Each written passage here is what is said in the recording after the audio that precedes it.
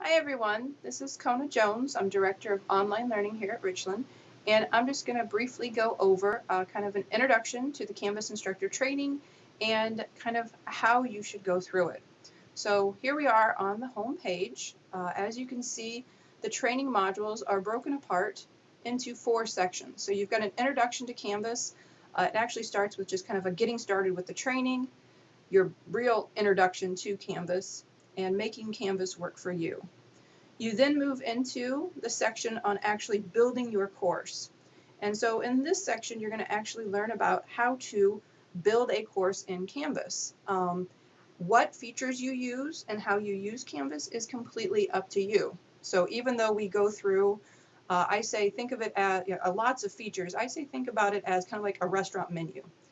We're going to show you every feature available in Canvas. So every single thing on our menu, you're going to find in this training. What you decide to actually use in your course and with your students is up to you. So think of this, here's your menu of everything. You pick and choose which pieces off our menu you think would work well. And you know what? Maybe initially you're only going to try, like the appetizer, and you're going to kind of get your feet wet a little bit and see how you like it. And then maybe you'll come back later and go through and add some more of the main courses to your course. And that's fine. You can start small and expand at any point. So once you're done with building your course, we then move on to using Canvas with your students. Now this section is really just kind of teaching you about all the things you need to get ready and to be thinking about before the semester starts, during the semester, how to actually grade and provide feedback in Canvas, and then end of the semester information and just some extra resources.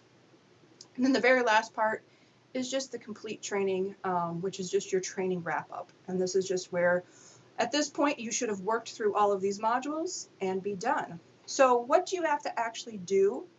You probably are wondering, to actually complete the training. Well, there's 2 things you need to do. The first one is that there will be a quiz at the end of each one of these modules. Well, except this one. This one's optional. But otherwise, there's a quiz at the end of each module. You need to complete the quiz with a perfect 100%, all of the quizzes to complete the training. So that's the first part, is complete the quiz at the end of each module with a 100%. So I will tell you, normally, I think 10 might be the most questions, and I'm not even sure if there's 10 questions on most of them. Most of them I think are closer to like 4, 6, maybe 8 questions. Also, you get as many attempts as you want on the quizzes.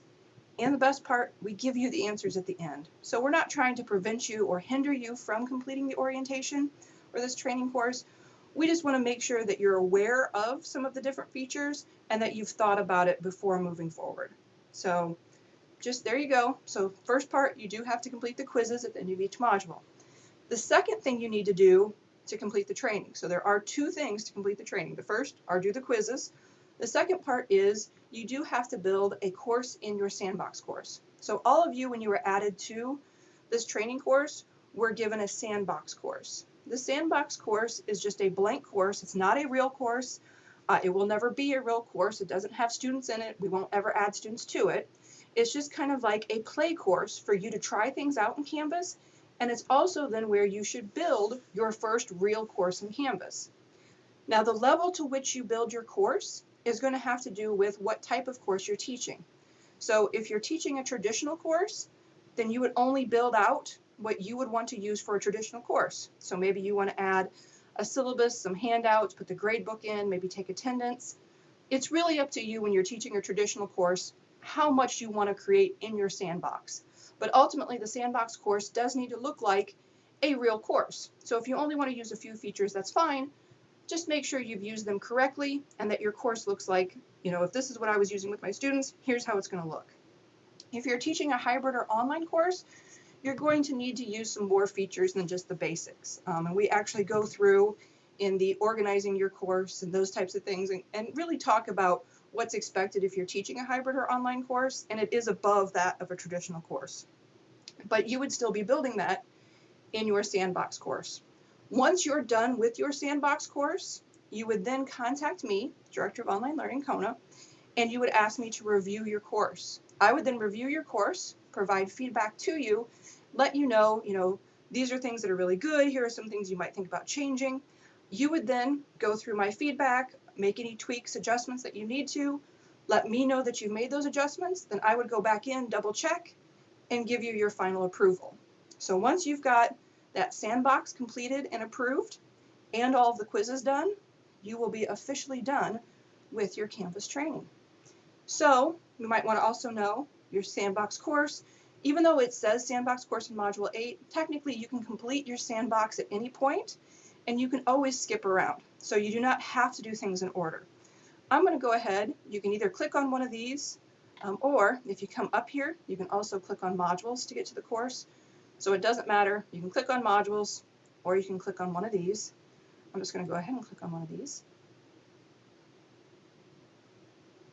And you can see, I'll actually enlarge the font a little bit for you there, that what you do is just go through the different content here, and then you would take that Module 1 quiz.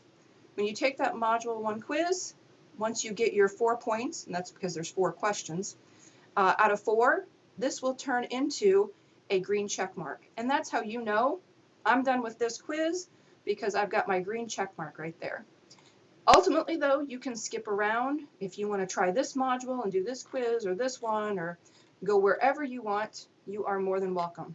The number of points is also equal to the number of questions. So here's like 4 points, 4 points, 5 points. That's just the number of questions.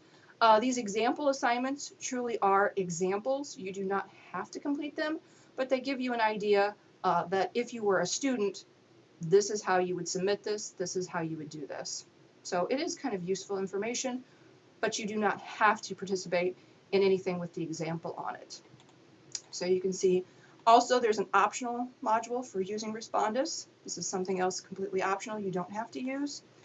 And then you've also got organizing your course, your sandbox course, there's your approval part, before the semester starts, during the semester, which you can see there's a lot of really useful information, course and student information, communicating with students, encouraging interaction, feedback and grading in Canvas. So if you do decide to have students submit things to Canvas, this will show you how to do feedback and grading, end of the semester information, and then your training wrap-up, which you can see the sandbox review approval and the Canvas instructor training, which is all the quizzes.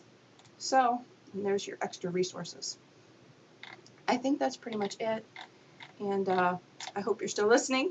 But if you have any questions or if you need anything, please don't hesitate to let me know or Liz up here in the Getting Help. You can see there's our pictures, there's all of our contact information, information about how additionally to contact us.